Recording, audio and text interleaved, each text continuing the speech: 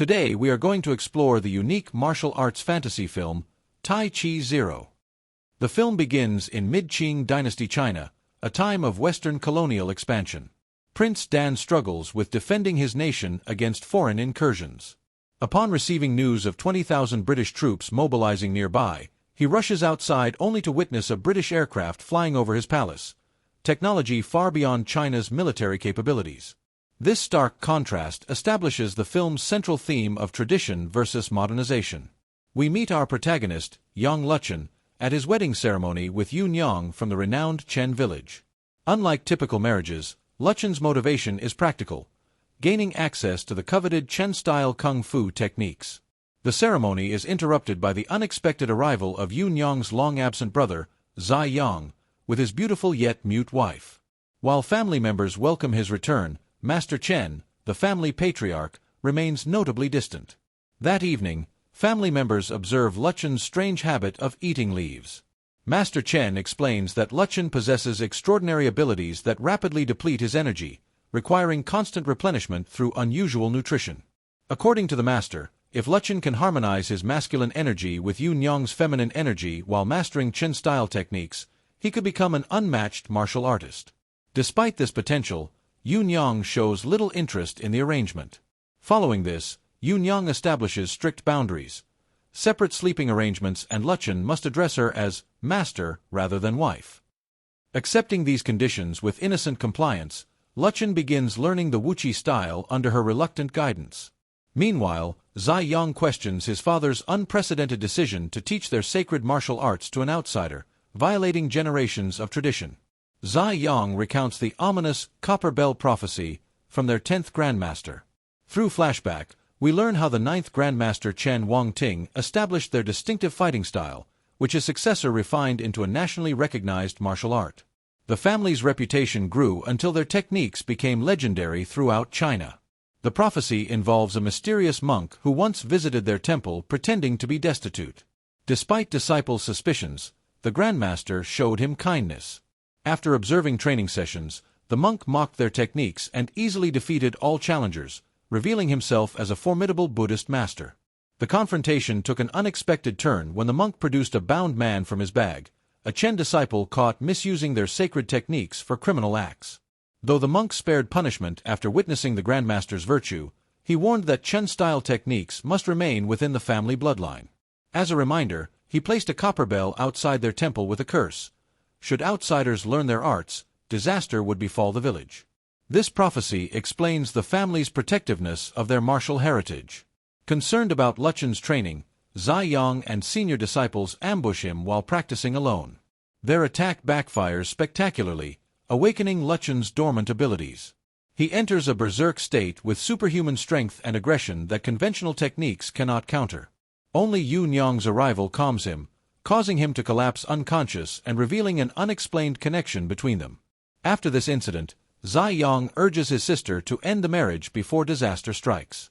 Yun Yang refuses, revealing that Luchen once saved her life, a debt she intends to honor. Despite her initial coldness, this suggests deeper emotional complexity. As training continues, Luchen shows remarkable dedication and gradual improvement under Yun Yang's increasingly invested instruction. The scene shifts to Britain, where we meet Fong Zijing at a factory formerly owned by Zai Yang but seized by Duke Fleming of the East India Company due to unpaid debts. Though initially confronted by Duke's men, Fong is released when he reveals his vendetta against the Chen family, whom he blames for a personal tragedy. Duke agrees to support Fong's revenge scheme, seeing an opportunity to expand British influence. Back in Chen village, panic erupts when the legendary copper bell mysteriously falls and spins with supernatural speed. Villagers interpret this as confirmation of the prophecy being fulfilled through Luchen's training. Master Chen notices Zai Yang's wife observing from the temple roof and discovers she manipulated the bell, raising questions about her motives. Though Zai Yang stops the spinning bell, villagers demand Luchen's expulsion. Master Chen intervenes, suggesting his son's return, not Luchen's presence, brought trouble to their community. To resolve the matter, he arranges a combat trial between them to determine who poses the greater threat. Their initially even match takes a surprising turn when Luchen's cherry blossom smash technique reveals Zai Yang's secret. He wears a mechanical exoskeleton beneath his clothing.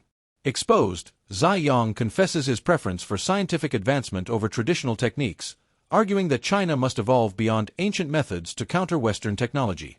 He admits partnering with Fong to resolve his debts, though claiming ignorance of Fong's deeper intentions. As Zai Yang and his wife prepare to leave in disgrace, Yunyang gives him a family heirloom to sell and clear his debts, a gesture of compassion that transcends their ideological differences. Meanwhile, Fong secures appointment as deputy governor through bribes from the East India Company, dismissing the former governor's objections. Upon reaching his factory in Britain, Zai Yang finds it sealed. Ignoring his wife's warnings, he breaks in and is captured by Duke's men. Tortured by Fong for failing their mission, Zai Yang reveals Luchen's past connection to the outlawed Divine Truth cult. Fong immediately plans to charge Chen village with harboring a criminal, a pretext for military action. Despite Zai Yang's pleas for innocent villagers, Fong remains fixated on revenge. The governor of Zhili tests new cannons developed for the Chinese army. Fong bribes him to deploy these weapons against Chen village, overcoming initial reluctance to attack Chinese civilians. That night, imprisoned and guilt-ridden, Zai Yang dreams of his village's destruction and begins constructing an innovative glider called Power Wings for its defense. Meanwhile, Luchen and Yunyang's relationship evolves through intensive training. His gentle, determined nature gradually wins her affection. Eventually, she breaks her own rules, inviting him to share her bed and address her as wife rather than master, an emotional transformation paralleling his martial development. Disaster strikes when Fong leads troops equipped with new cannons in an assault on Chen village. Buildings collapse as villagers flee in panic. Master Chen calmly summons Luchen to discuss strategy. Surprisingly, Luchen suggests having breakfast before surrendering, a seemingly naive proposal that Master Chen accepts, instructing Yunyang to prepare their meal amid the bombardment. As they eat, Master Chen reveals his actual plan, directing the couple to find another master, Li Qian Kuan, whose assistance might turn the tide. Following their meal, the trio approaches enemy lines feigning surrender, then launches a coordinated counterattack demonstrating Chen-style techniques in combat. Despite being outnumbered, they defeat dozens of soldiers.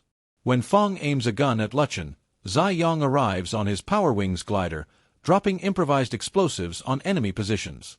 Master Chen instructs the couple to escape with Zai Yang while he surrenders as a diversion. As they flee via the glider, its limited fuel capacity becomes apparent.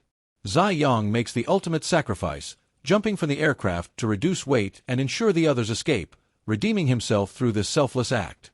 Captured separately, Zai Yang joins his father in prison. This forced proximity enables reconciliation as Master Chen apologizes for pressuring his son to uphold martial traditions rather than pursuing his mechanical talents.